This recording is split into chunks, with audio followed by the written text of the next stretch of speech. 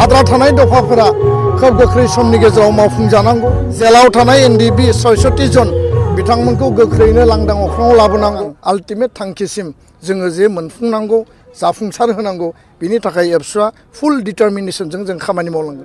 Central university जानांगौ, regional institute of medical science जानांगौ बा NIT जानांगौ आरो स्पर्ट्स इउनिभार्सिटि जानांगौ। बिनि DPR प्लेनिं प्रजेक्ट प्रप'जेला सोलिगासिनो दङ।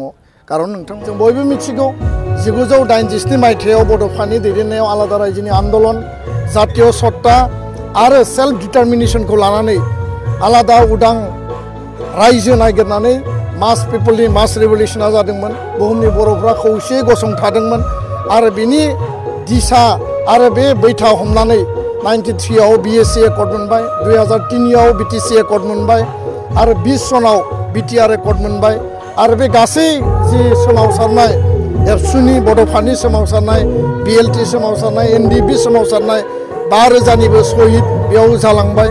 दिनैनि बे गोथार बुब्लियाव शहीदफोरनो आङो श्रद्धांजलि होदों आरो बड'फानि सोरगोआरि जिउमानि आलो गोजोननि थाखाय इसोरनि आरज गाबदों। बे गोरोबथानि माखासे दफाया मावफुंजाबाय, माखासे मावफुंजानो दंबावो। फैबाय थानाय बाजेट सेसनाव बे गोरोबथाया संबिधानिक आयेनारि मर्यादा मोननो थांगासिनो दङ।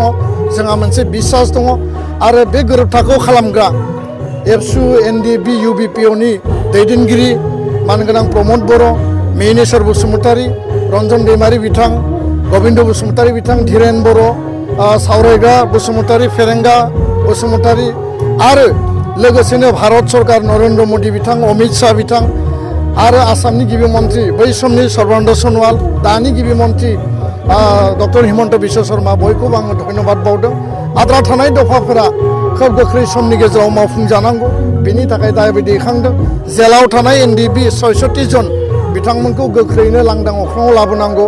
13, 14, 15 बोसोर जाबाय आरो बिनि गेजेरजों फैबाय थानाय समाव बड'फानि आदर्शजों बुहुमाव बर'खौ गायसननायनि थांखिजों एबसुआ हाबा मावलांगोन।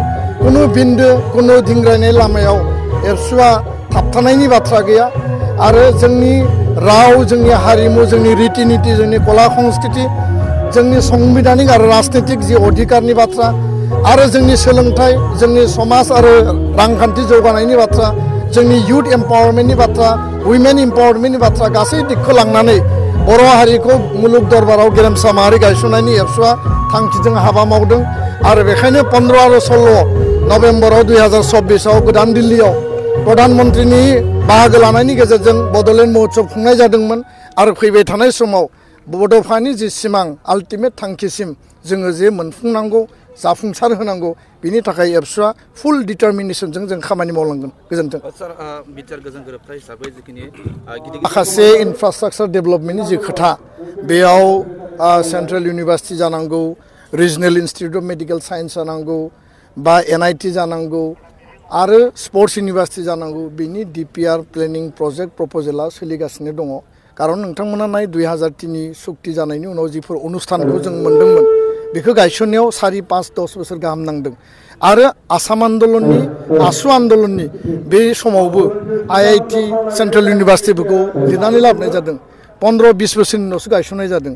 दिनै जिफोर दफाफोराव लिरनाय दङमोन 1500 कौटिनि जि पेकेज बेयाव पलिटेकनिक, पारामेडिकेल एन्ड नार्सिं कलेज आरो माखासे इन्स्टिटिउसन, माखासे भवनफोरखौ गायसननाय जाबाय आरो माखासे दायो पाइपलाइनाव दङ। आं मिथिनायाव गभर्नमेन्टनियाव जों सोंदों आसाम सरकार, भारत सरकार, BTR सरकारनियाव लोगोसेनो बावैसो 300 कौटि थाखानि रेलवे मिनिस्ट्रि आरो रेलवे बर्डआ बासबारियाव रेलवे वेगन फेक्टरि बानायनो थाखाय बिथांमोना फाइनान्सियेल सेंसन होदों आरो बे जोंनि थाखाय गोजोनथाव। बेखायनो सरकाराव थानाय दैदेनगिरिफ्रा फुल माने बिसोरनि प्लेनिं पलिसिजों खामानि मावदों।